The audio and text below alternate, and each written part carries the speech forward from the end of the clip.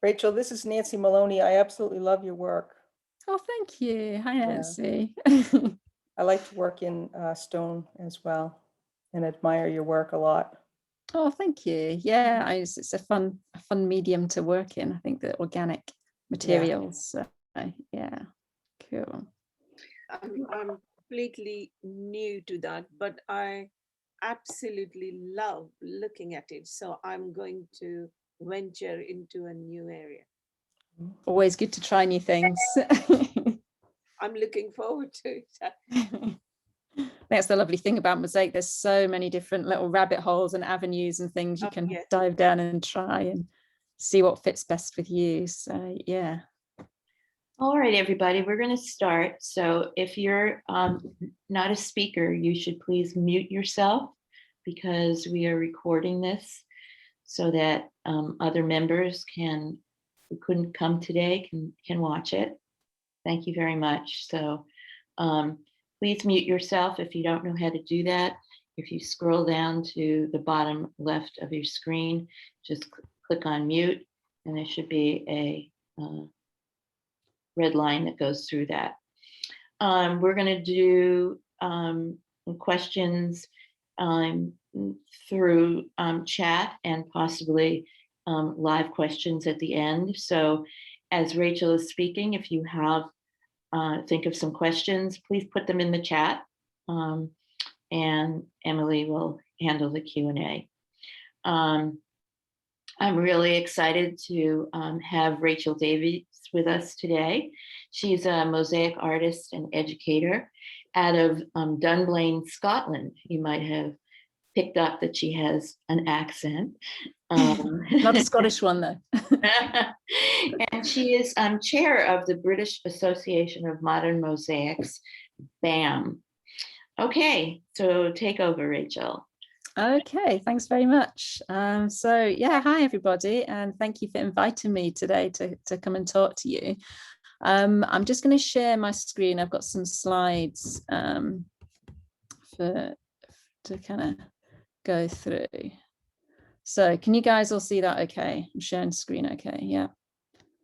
Okay, cool. So I'm as Amy said, I'm an artist based in Scotland, and over the last probably 3 or 4 years, I've been using slate as one of the main materials in my work. So today I was just going to tell you a little bit about that, sort of how it came about, some of the different processes that I use, and then talk you through some of the different pieces that I've made using slate as the main material. So that's kind of the broad structure of what I'm going to do today. But to start off with, I'm going to show you other people's work. My kind of introduction to slate really came through these two guys. So pictured here is Diversity Gradient by Scott Fitzwater, who's a US artist based in Oregon. And then on the right here, we've got a piece, Anticline 2 by Dougal McInnes. And when I was first learning about mosaics, I was actually living in the States at the time, and just sort of taking classes and just experimenting with different materials, seeing what I liked. And yeah, I came across these two guys' work, and I was just really attracted to this style. It kind of made me look again and go, what have they actually used there? Particularly sort of Scott's work there. I was like, what is that? And these are actually the sort of the slate rods that have been cut, the slate that's been cut on a machine. And I just loved the sort of the texture and the simplicity of the work by Dougal McInnes as well. So that kind of got me thinking. It's like, well, maybe I should try some slate and see what I can do with it. As I say, at that time I was still living in the States. I was living on the West Coast, and didn't really have much access to slate. But at the same time, my mum, who was still in Scotland, she was also taking an interest in learning mosaic and creating with slate. So she kind of developed, she kind of figured out, borrowed a tile saw from my brother-in-law, and figured out kind of cutting the slate into rods, found some places to get hold of slate. So by the time I moved back to Scotland a year or two later, she'd kind of got things a bit sus for me, which kind of made things a bit easier for me then picking that up when I moved back. So one of the things people ask me is, you know, where do you get your slate from? And it's a bit of a mix. Slate is such a varied rock. It's a metamorphic rock, you know, that's formed, you know, layers of kind of mudstone and shale kind of build up under pressure and heat, and it changes into slate. And depending on where the slate comes from, you know, it has lots of different colors to it. You get kind of slate that's very brown and rusty, you get kind of greens, and you get purples, you know, blacks, grays, all sorts of different colors. So some of the slate that I use is forage slate, and here I've just shown you a couple of photos. This lovely kind of landscape picture on the left there is from the Isle of Ling on the west coast of Scotland. There's a whole little kind of chain of islands called the Slate Islands, and they pretty much look like this. All the coasts, the beaches look like this, just sort of slate, and this lovely rusty textured kind of color slate. It's one of my favorite kind of slates to work with. So some of my slate comes from up there. There's old slate quarries up there as well. They used to quarry slate there for a long time, but haven't done for many years. And then I've just put a photo in on the right there. There's some old slate quarries a bit closer to home. So the Slate Isles are about a 3-hour drive from me. About 20 minutes drive up the road are some other old slate quarries. It's a much kind of this kind of green slate. And that's my son, who's just been sent into a little burn, a little stream, to fish out a nice bit of slate for me to bring home and have a play with. So that's the foraged stuff. And I just wanted to show you, because it's just lovely to look at. These are some pieces that I got from the beach on the island of Ling that I just showed you. Just these lovely textures and colors to it, you know, these rusty colors, and those like wee holes are from little pyrites, so the little square gold pyrites, iron pyrites. Some of those have fallen out of those, but you also get slate from there that has all these little goldy bits in it as well. So yeah, I just wanted to show you how pretty it is. The other thing that I also use is recycled roof slates. And the more I've worked with slate, the more I've used the recycled roof slates, mainly because they're much easier for me to get hold of than, you know, going hiking or whatever and picking up bits and carrying them home and washing them. And so yeah, I use quite a lot of recycled roof slates in my work. This is from a friend who's having a roof done. You know, she kind of phoned me and said, oh, you know, there's a load of stuff in the skip, you know, there's a load of stuff where they've been breaking it up. Do you want some? So I popped round and, you know, collected some of the slate that they didn't use, to say there's the stuff at the bottom there had all these lovely, what they've done is punched the roof slates all the way down, kind of perforating it in order to break them, but left with these lovely textural edges. And then a whole bucket of kind of smaller, thinner pieces that were already broken up from when they were kind of breaking things up. So yeah, so sometimes it's just kind of recycled roof slates that I get. And I've since got to know kind of a local roofer. So every so often he'll bring me some slates from, you know, when he's finished a job, stuff that for them would go in the skip, but for me would be lovely to use. So going on to kind of preparing the slate, there's a bit of a process depending on kind of what state the slate is in and how I want to use it. So sometimes this is forage slate on the left here, and this is all from Aberfoyle, just up the road, where that wee picture of my son taking it out of the river was from. So when it's foraged, sometimes it's quite thick, so it needs to be split, and slate naturally, you know, cleaves and into kind of layers. So it's really kind of taking a hammer and chisel to the slate and splitting it. And sometimes, you know, when it splits and it opens, you get all these lovely, you know, colors and surfaces inside. And sometimes, you know, I'll go, oh, that's lovely. I can't break that down any further. I want to use it like that. And sometimes I'll just thin it down to then be able to break it down even further. So on the left here is just pictured, you know, my hammer and chisel and some examples of bits of slate that I've broken up. I don't always use a hammer like that, I have to say. That one's there to make the photo look pretty. I do sometimes use that one, but I also sometimes just use a regular hammer as well. You're just kind of hitting the end of a chisel, so it doesn't need to be any, you know, particular forager hammer or one that you would use with a hardy. On the right here, I've got a rock that's sitting there with a plane blade in, so like a spoke shave plane blade that you know, the woodworking tool. So the blades from those are a nice size that you can just hammer into the slate. And you know, when you start hammering it in, you get this lovely kind of crack that starts to appear as it splits, and then it sort of splits open as well. Sometimes it splits really nicely, sometimes it can be quite hard to do.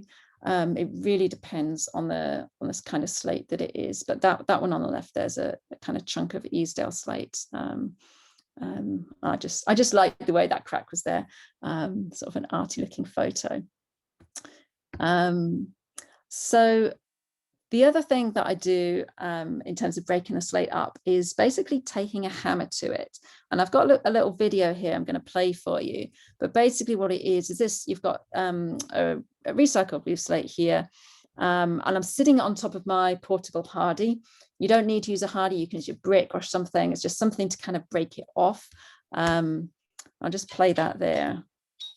And you can just see I'm taking a hammer, I'm back to my regular hammer. And just moving the slate across and breaking it up. And that creates all these lovely kind of little organic type pieces, you know, that are just lovely to use in a mosaic. So that's kind of breaking it down into things that are a bit smaller. And that's one of the kinds of kind of cuts, the kind of slate that I use in my work. The other thing that I do with the roof slates is I get a bit dirty and I use my wet tile saw. So I've just put this photo here so you can see kind of the get up. Ignore all the chaos and the mess in the back of the garage. You know, it's kind of the dust mask, the ear protectors, the boiler suits, to cut the slate up into these strips. And you can see on the right there, that's a whole load of stuff that I've just cut up on the wet saw, both into strips and into smaller pieces as well. And the reason for doing that is you get kind of a different edge. You get that lovely machine cut edge. So remember that first image that I showed you by Scott Fitzwater with all those, you know, different bits that he'd laid out. That's the machine cut edge there.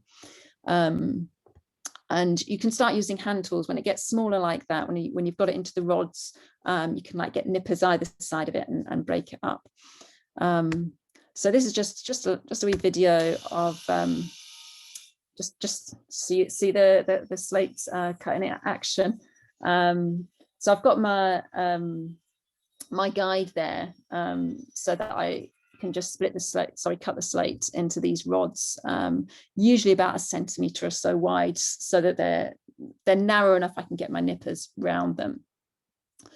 And so this is a rod here that's been cut on the wet saw, and again, just another wee video for you, just to show you that, you know, I just take the nippers to it and it splits fairly easily. And again, depending on what kind of slate it is, you know, some split really cleanly and nicely, some a bit more organically, should we say. But, you know, it's just another way of kind of managing the slate. And it gives you different surfaces, it gives you different shapes. So you've got kind of long pieces and smooth pieces that you can include in your artwork. So that's a little bit about the prep. And kind of where I get it from, what I do with it. And so when I first started kind of playing about, particularly with the Easdale slate, I mean, that's to say, I really like that and find it a very kind of, attractive material to be working with. I created quite a lot of kind of these abstract pieces, kind of focusing on kind of pathways and really experimenting with the different kind of surfaces of the slate and different ways of laying the slate and combining it to see, what I could do with it. So this is a circular piece that I made on kind of a handmade substrate. As I say, really just kind of focusing on building lines, and that's mainly different kinds of slate. There's a little bit the sparkly bits in there, those little sort of pinky squares. That's iridescent Mexican smalty. The yellow, I think, is sandstone, and the sort of the red orangey color, that's kind of a bit of terracotta. But all the kind of organic rock bits are just different kinds of slate kind of laid in different ways to create different textures. And that's just a little bit of a close-up as well to kind of just show you. I built that one kind of an undulating substrate. So yeah, so you can just see a little bit of the undulation there. And the sort of the slate laid at different angles and edges to get the textures. Moving on to another piece that I made more recently. This is mainly focused on the rods instead. So the previous one was kind of more looking at those lovely pieces of Easdale slate, and this one used a lot of rods, and I actually cut them a bit thinner than I usually do because just the number of them that I was going to be using in the piece. And this one was based. It's called Star Trails. And it was kind of my COVID pandemic piece. I wanted something, a relatively simple design to work on, because, I think a lot of us, when lockdown first happened, kind of lose a bit of motivation when everything's kind of closing. And so yeah, this one was inspired by some lovely photos that I'd seen of star trails, that photographers had taken. And because a lot of the flights were grounded during COVID, they were managed to get these lovely kind of clean shots of the star trails without the, all the lights of the planes kind of interrupting them. So that's kind of what inspired this piece. And initially it was going to be more kind of circles, but it turned into a bit more of a spiral. So I just kind of went with that. And so that was a piece that, say, mainly rods, and a little bit of kind of iridescent glass in there as well to give it just a little bit of sparkle as well. Now, the reason for showing you those two pieces first, that's a little close up, so you can see all the different, and there's a couple of different types of slates in there as well. You can see there's some kind of more purpley bits and some kind of lighter grey, greeny bits, just sort of a mix of the different slates in there. So yeah, the reason for showing you those two was to show you kind of this project, which is currently ongoing. There was a call back in December that, just because of the pandemic, a lot of businesses have been affected. There's a lot of empty shop units in our local city centre. So the local business district wanted to do something to brighten up the streets.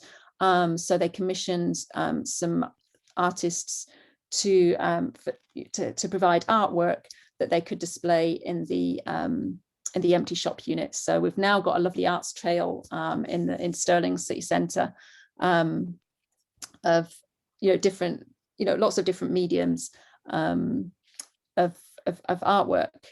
So I submitted this piece and the Star Trails piece, and they said, yeah, we like them both, so we'll use them both. But the interesting thing about this this project was that they wanted to animate the artwork. So I basically handed them the image and go, well, let's see what you do with it. And I was explaining that my focus was on the materials and playing around and seeing what the materials could do. And you can basically download a little app, point your app at the window there, and this is what you see.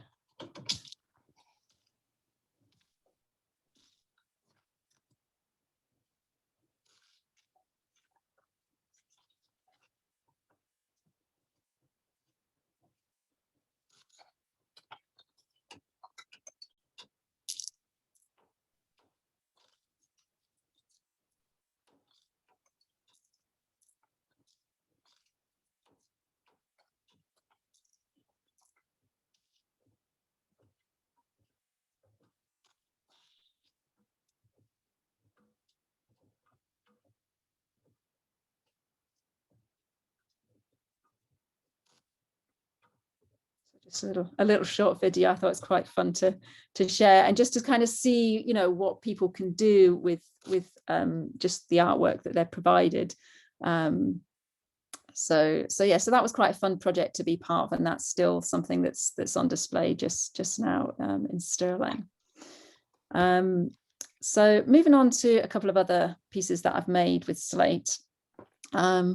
This one was a piece that I made called Once There Were Elephants. I'm not quite sure whether I've got the right date on there, and it's kind of hidden. I can't change my view. I can see everybody, but not my title. Yeah, I made a few years ago. And this one was, I don't do many artworks that look like something. Mine are more, I tend to work more abstract. But I'd read, you know, some articles in the news about, you know, the decline of, you know, the different species, and I wanted to kind of do something that kind of told that story. So it was a bit of an experimental piece. And in order to do this, what I did was I actually mosaiced the elephant. Before it was properly set, I took it all out again. So what you see, you know, and basically to leave an imprint, to kind of say, well, you know, the elephants were there and we're kind of destroying them, and all we've left with is this kind of, well, there's little bits of stone left in there, but there's not a lot left in there. And then so I've used the slate just to create and outline that shape, and broken up with just some little bits of glass as well. So as I say, it was a bit of an experiment. It was made on a handmade substrate. So that's just a couple of kind of angled shots to give you an idea of the, you know, the sort of the detail and the kind of curviness of it. And this is just like this is the very first ear that I did. And, you know, I created it all in stone. It was kind of a cheap sandstone that somebody had given me, that I'd cut up. And so I'd created this ear. And then I just took it all to pieces and was left with this kind of mess, effectively. And I did kind of go, what am I doing here? Is this a good idea? But I kind of persevered, and as I say, was really pleased with how the final piece turned out. And that one was exhibited at the BAMM had an annual exhibit. They have an annual exhibition for their 20th anniversary in York. And then it was juried into a London exhibition as well. So yeah, my experiment turned out okay in the end. And then this is another experimental piece. I have an interest in textiles and weaving as well. And I'm always kind of intrigued how you can kind of, you know, take stuff from one kind of art form and media and kind of mix it in with another. And obviously weaving's a very soft kind of art form, and mosaic is a very hard one. And I was like, I want, you know, how can I combine those? So I created a load of these strips, these kind of undulating strips from mesh and tile adhesive, and mosaiced them all using, so this is Easdale slate that I've used, and then I kind of the lines of smalty kind of woven across them as well, so that not only is there kind of weaving across each of the strips are then being woven together. So this is just to show you, my studio doesn't look like this. This was a posed shot in my conservatory for it was an open studio event that I was doing with an organization, and they wanted artists in studio, and I was like, I haven't got anything, let's go somewhere tidy and do something. But I've included this so that you can see kind of these the undulation of these strips that I made. And, you know, each one has kind of been covered with the slate and the smalty. And as I say, and as I was doing it, as I say, it was that kind of hope that they would all fit together and go together nicely. And, you know, there was basically what I had to do was make the strips, prep the board that they were going to go on, kind of weave them all together And I deliberately made those undulations quite big to give them a little bit of maneuverability in terms of weaving things across them, so that I could weave everything together. And then I stuck, once it was all woven in place, it was then like picking up little bits, putting some adhesive underneath and sticking it down so that it all went, and I could attach it all to the board. And this one was initially made there was going to be an exhibition in the Borders in Scotland, which has a really rich kind of heritage of textiles and weaving. So I wanted a piece that, as well as my interest in weaving, that kind of reflected some of the heritage of that part of Scotland. Unfortunately, it has not yet been displayed because the exhibition was cancelled. We had an online exhibition instead, but hopefully it will go down. We're hoping to have an in-person exhibition, a real exhibition, later this year, and so hopefully that piece will go back down to the Borders and be shown there. So that's that one. And then I just kind of wanted to finish off by just talking a little bit about my teaching that I've been doing. I've been teaching working with Slate for a few years now, maybe I think it's 2, 3, possibly 4 years. I used to teach in person mainly, and then when the pandemic happened, I switched to teaching online. And it wasn't an immediate switch. When everything was cancelled, I was like, that's it, I can't teach anymore until things open up. It took a bit of a pivot to consider how I could teach, because I used to invite people to my studio, would have loads of different kind of slates. So you've got all the tools, and people can make lots of different things. So what I started doing was putting together some kits of materials, so some rods and some of the kind of rougher organic bits of slate, the adhesive and the board, assembling these kits and then sending them to people who would then join me for a live Zoom workshop. So I could talk people through, the process and putting them together. And these have been incredibly popular over lockdown. I've been teaching almost for a year now online via Zoom. And so although, and my initial fear was that, I'm producing a kit and I'm telling people what to do with a particular design. People have been, incredibly creative. All these designs here have come from the same kit. People have added in their own little bits and pieces. And it was a basic kind of explosion design. So for example, like the little green one, the second one in at the top, or the yellow one, second in at the second in from the right at the bottom, were kind of the broad design. But people have done all sorts of different things, which is lovely to see. And I've gone on and done, we've done landscapes, we're doing flowers, and I've started teaching kind of blocks of classes as well. So I've done like a 5-week block with students kind of working on a more abstract pieces, which have been going really well as well. So I've just kind of gradually built up my confidence in teaching the Slate mosaics online as well. And fortunately, things are just starting to open up here. And so I taught my first in-person class last weekend, which was really lovely to get back to actually teaching in person. So hopefully I can do a little bit more of that as we hopefully move forward and things continue to improve. So that's just a little bit about my teaching, as I say, just about my practice in general. So those are my details. I've got a website. I'm quite active on social media, particularly Instagram. If you use Instagram, that's the best place to kind of find me and kind of see what I've been up to. And if any of you got any questions or anything or want to get in touch, you can always email me as well. So that's just that's me and my processes and my artwork. So if anybody has any questions, I'd be more than happy to answer them, or to try and answer them. I'll take that off just now. All right. Thank you so much, Rachel. That was wonderful introduction.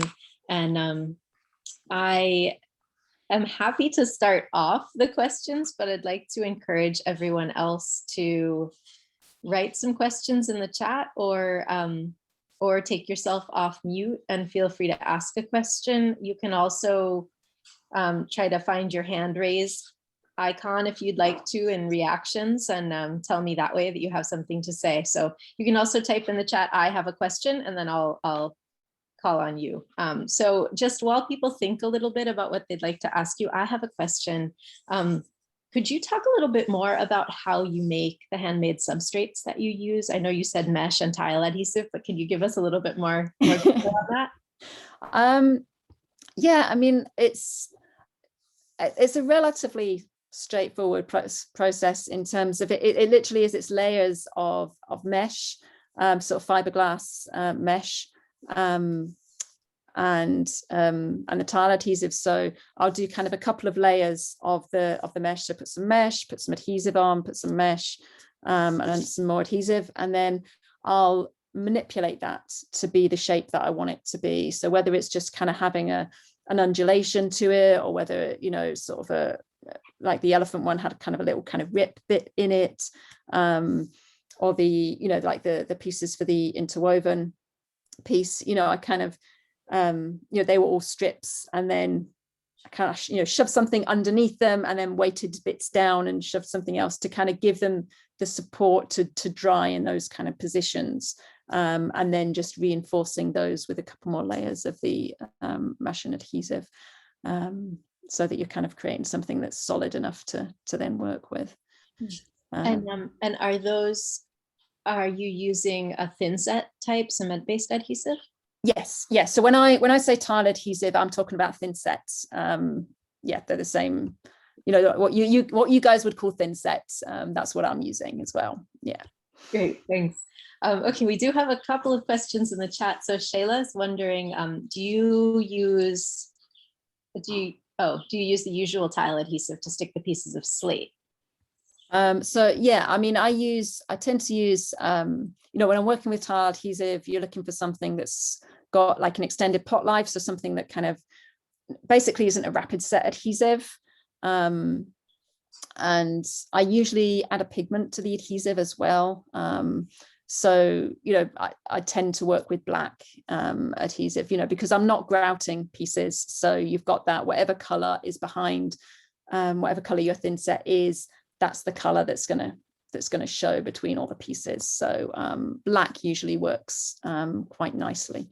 But yeah, it's you know, what you guys call thin set, that's what I'm working with. Yeah, pretty much all the time. That's what I use, and it's that same product that I'm using to make the substrates with as well. Yeah. And so someone's wondering the dimensions of the two pieces that you showed at the beginning. So the ones that were I knew someone was going to ask that. I meant to measure this circle one before I started.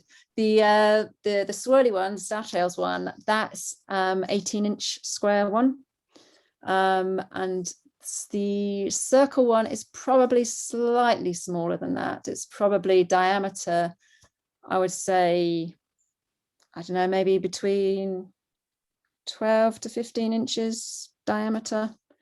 Yeah, I meant to measure that one. So that's great to just have a sense of about that sort of size. Great. Not as big as me standing next to it. I remember my brother was very I sent my brother in London a picture of me next to my mosaic on the window.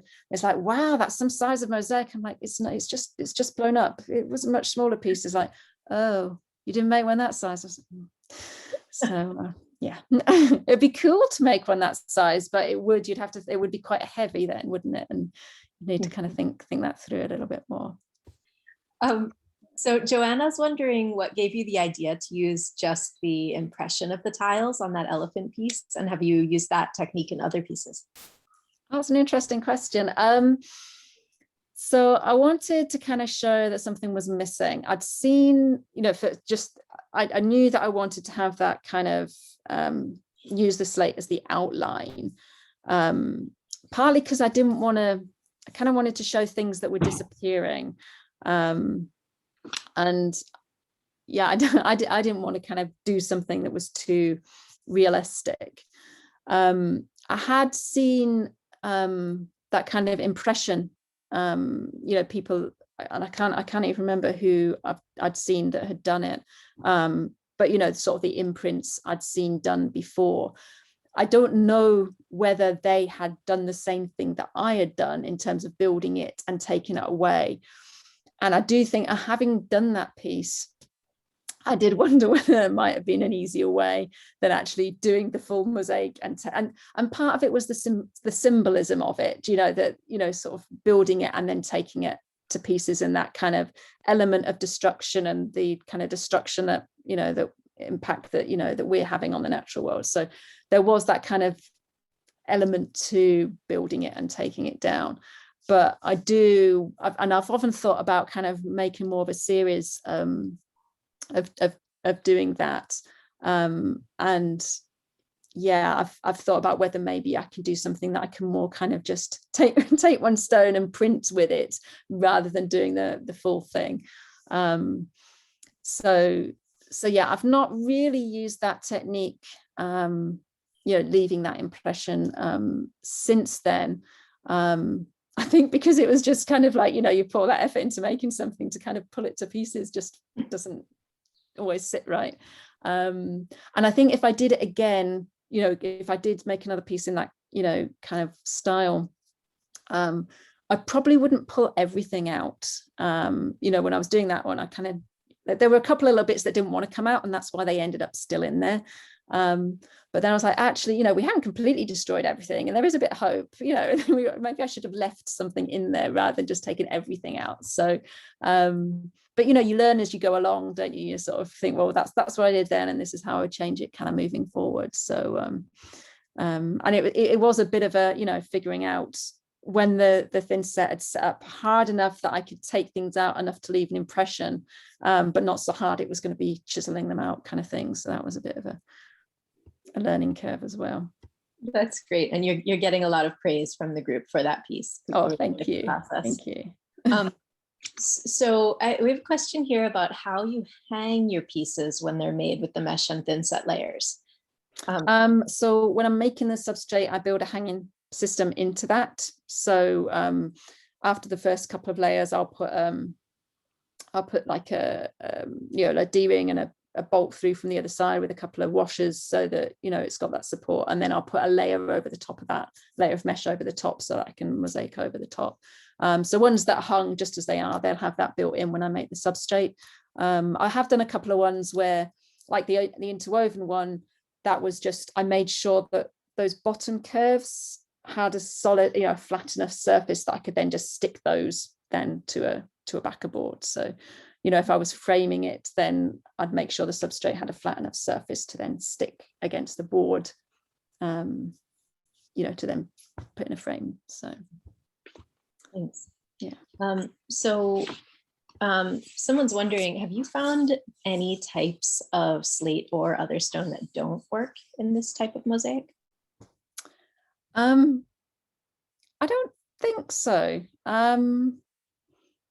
I think the issue with working with kind of slates and stones and rocks in general is whether they break and whether you can cut and work with them. Some rocks are easier to work with than others. Some slates are easier to work with than others, and there will be bits that don't break or don't cut the way that I want them to. I have a pile of stuff that I'm like, that either has to be, a main piece for another mosaic. I can't break it down any further to work with. Like if I wanted to put lots of little bits on their edges, some of the slate won't break down that finely. Or if I want a particular size or shape of bit, sometimes you can't exactly get it to do exactly what you want.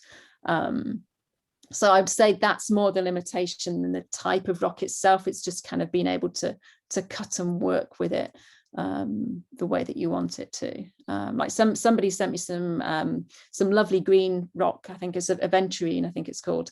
But it's fairly hard, and I've managed to kind of cut it a bit and use kind of smaller pieces that I've managed to cut off it, but it's definitely not like like something like sandstone or limestone that are much easier to cut. It's not the same as that. So yeah, I'm not an expert and I'm not a geologist. I'm not an expert with rocks, but I've learned a lot about slate and those kind of things, and just working with it. So yeah. Thanks. Linda has a question about, she likes watching your videos on Instagram and how precise you are with your work. I do too. The question here is, do you plan your designs ahead of time, or are you more spontaneous with your work? It's a bit of a mix usually. I often have a kind of a broad idea of what I want. So like, so the pieces that, like the circle one that had lots of lines, sort of the pathways, I might lay down kind of the key pieces that I want, sort of the bigger chunks to know that that's where they're going to sit. And I might kind of lay down, sort of just dry lay some other pieces, sort of how would a line look if I put that down there, or, and just moving things about to kind of see how they look. I'll plan to that degree. But I always find that when I work, things shift around, or even when I've dry laid something, actually once it's in there, you're like, actually, I don't like it like that, or or there's not enough space. Now I've got the adhesive down and I've got bits in, things have to move. So I don't like to plan too precisely to start off with, because everything changes once you're working it anyway. So it is a bit of a mix. There is that kind of having that broad overall idea, and particularly so, if the piece has got a bit more of a story or a bit more planning behind it, it will be planned more. Whereas if something's more just playing with materials, that becomes a bit more kind of spontaneous. It depends what I'm trying to actually do with the piece. But yeah, I'm not, while I might be precise while I'm working, it's not planned to that precision. It's definitely kind of go with the flow. And particularly when you're working with kind of the rocks, as I say, they'll cut in their own, they follow their own agenda, and some of them will cut how you want them to, but a lot of the times they don't, and you have to work with those shapes and fit them together to create the pathways as well. So yeah, it's not like stained glass where you have to kind of get everything nicely. I can't, that's not my thing. I admire those that can, but I can't. And Annabella is sharing that she and Sophie Druin and some other person whose name she can't remember have actually used the taking away process also. Yeah, I'm certainly not the first one I know to have used that. And yeah, it's always interesting to see what other people do with it. So I guess it's just another way of creating texture and things on a surface as well. And I've seen people kind of use, I think is it a lime kind of paste or putty or something that you can put down and put imprints in as well, that I keep meaning to look up and explore as well. I would like to invite anyone to ask some questions out loud too. We don't have anything else in the chat right this moment, but think about what else you'd like to know or ask. And I have a very technical question, but what kind of colorant is it that you use for your thin set? It's a black oxide pigment. It's one that's for cement-based products. It's a company that I get from that, they make basically dyes for cement. Yeah, that's what I would always recommend, is the products that are designed, the pigments that are designed to go with the with the adhesive, with the thin sets. But yeah, I know that in the States, Sherry Warner Hunter's pigments, I think, are highly rated. I've never used them, but I always send my American students there. They are wonderful. So yeah. Okay, so we have a question from Shaila again. What's the bright yellow material in your work behind you on that virtual background? That one is Latovi stone. So Latovi is Emily, I see you going, what? Yeah. I think it was designed by, I might be wrong, I know that Annabella's here, she maybe knows more than me. It was designed by a ceramicist or somebody that wanted kind of a rock type, stone type effect, but with color. So the Davies stone is kind of a manufactured product, but it's very, it's matte. So when you cut it, it has that very kind of organic look. You can cut it with like a hammer and hardy, but it comes in all, you can get bright yellows and oranges and blues and all sorts of colors. But it has that kind of organic kind of matte look to it as well. But I think you can get it in the US from smolty.com. I know they sell it. I was just seeing in the chat, a French artist from Spilimbergo made Latovi. So yeah. Thanks. That's great. And Karen's wondering whether you've ever traveled to teach classes live other than in Scotland. I have, yes. I went to California I say a couple of years ago, it might have been 3 years ago now, I can't remember. I used to live in California, so when somebody asked me if I'd go over and teach, so I think we've been back in Scotland a couple of years, and so it was like, yeah, that's a good excuse to go back and visit friends. So yeah, I have been back I've done one class in the States, and I've been down to England as well, which isn't quite as far as America, but I've kind of traveled to a couple of different places to teach. It's always a bit of a thought to travel to teach live because Slate's so heavy, and to have enough different materials to for students to kind of work with. I know when I taught in the States, I shipped a lot of Slate over there. It was quite heavy. I think it was 25 kilograms of Slate or something I shipped over there, and it all disappeared. I only had 12 people for 2 days, and it just disappeared. So yeah, I have traveled to teach, not so much at the moment. people come to my computer now to learn. And while we're on the subject of classes, Linda's wondering, do you send your kits for classes to the United States? Yes, I do.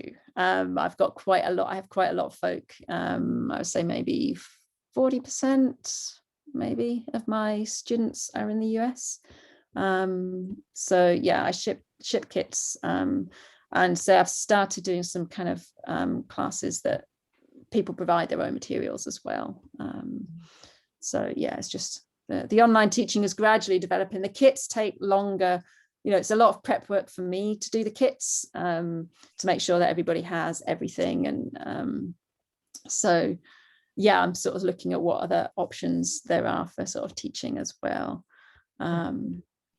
But yeah, I do ship to the States. And Lee is praising you and your classes. She's taken. Oh yeah, Lee's been to my classes, yeah. And she's wondering if you're aware of any US sites or sources, but I'm not sure what. So what is that for Slate? So that last word's missing. Tell us what you're looking for. It was for the Slate. It was for the Slate.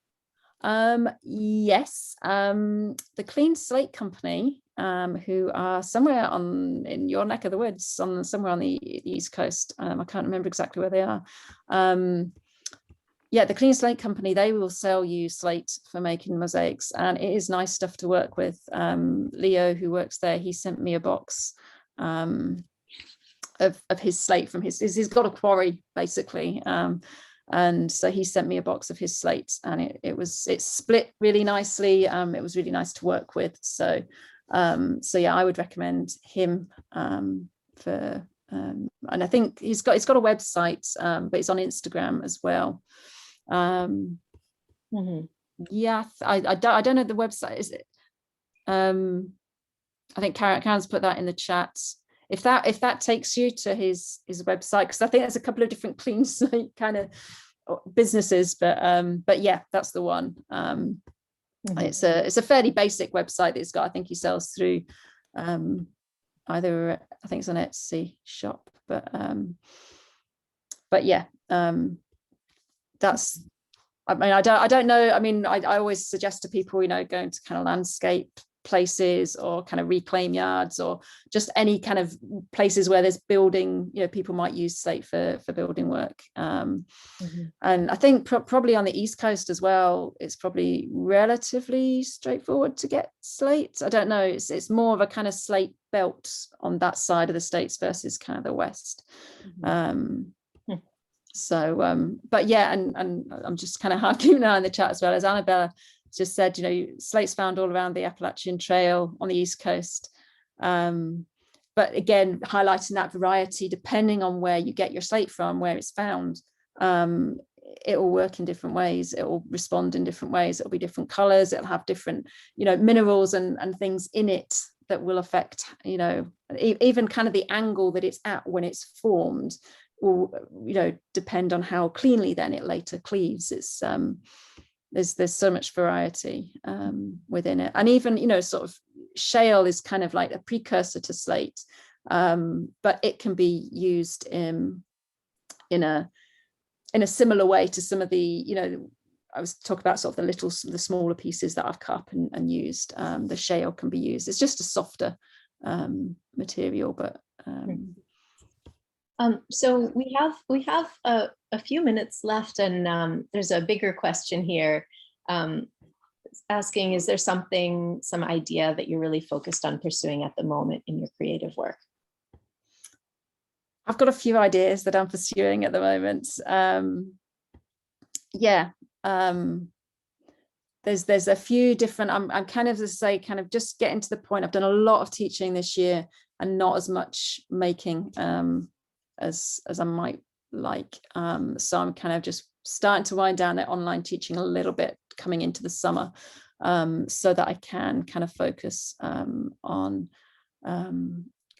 creating a couple of other things. I've got a couple of pieces kind of around mental health, so it's sort of different stories around kind of mental health and that I want to create, and yeah, just some different ideas as well, incorporating different types of materials and things. So I've got a little notebook of like when I've done things that I want to try and just keep a note when these ideas kind of come to you, and yeah, when I've got that, so I'm gradually kind of getting to the end of some other commitments that I've had. Like I've got a school project that I'm just kind of working on, but once the kids finish for the summer, that's my last kind of teaching as well, and that's when I'm kind of hoping to start exploring some of these other ideas as well. Sounds exciting. I can't wait to see what you make. Yeah, there's a few different things in the pipeline. It's just having the time to put them all together. Mm-hmm. So. Does anyone else have questions or comments? Oh, come on. There are 32 of you on the call. Someone has something to say.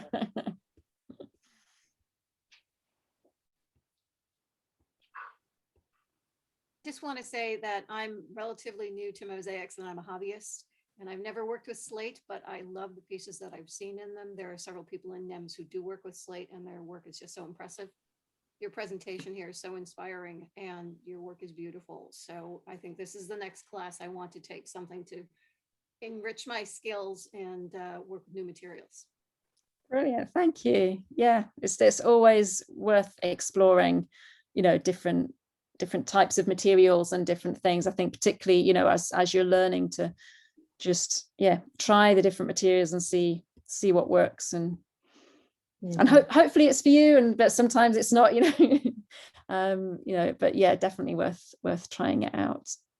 Shaila, I see your hand is up. What would you like to say? Hi, it was so inspiring. Oh my goodness. I absolutely loved your work. I am in London, UK. I just wonder where and how and what is the best place I can actually purchase the material. Where can I get the best slate for this work? I mean, it really varies. It depends kind of what's around you. As I said, like over here, like roofing companies are usually pretty good. In the UK, there's a lot of places that have, slate roofs and things. So recycled roof slates are probably the easiest thing to get hold of. As I say, like for me, there is a local roofing company that sells individual slates, sort of recycled roof slates. You can go to their like yard and just pick out, the slates from there. That's probably, and because recycled roof slates tend to be relatively thin, you haven't got to worry about kind of splitting them up. You can kind of basically kind of then take a hammer to them, or if you wanted to try a wet saw, which that's a kind of the next level really, because it's investing in all that the machinery and cutting things up. But yeah, the recycled roof slates are kind of easier to work with because they're already kind of relatively thin, so you can break them with a hammer and then and use them that way. But it just really depends kind of what's in your kind of local area. But yeah, I would try that type of place first. Thank you. You're welcome. Great. Everyone loved it. We're seeing that in the chat. And I can tell you that I really your work has inspired me even before today. I have been playing with Slate, and it's been such a fun journey already, and I can't wait to do more. So thank you for giving us even more inspiration and opportunity to play. You're very welcome.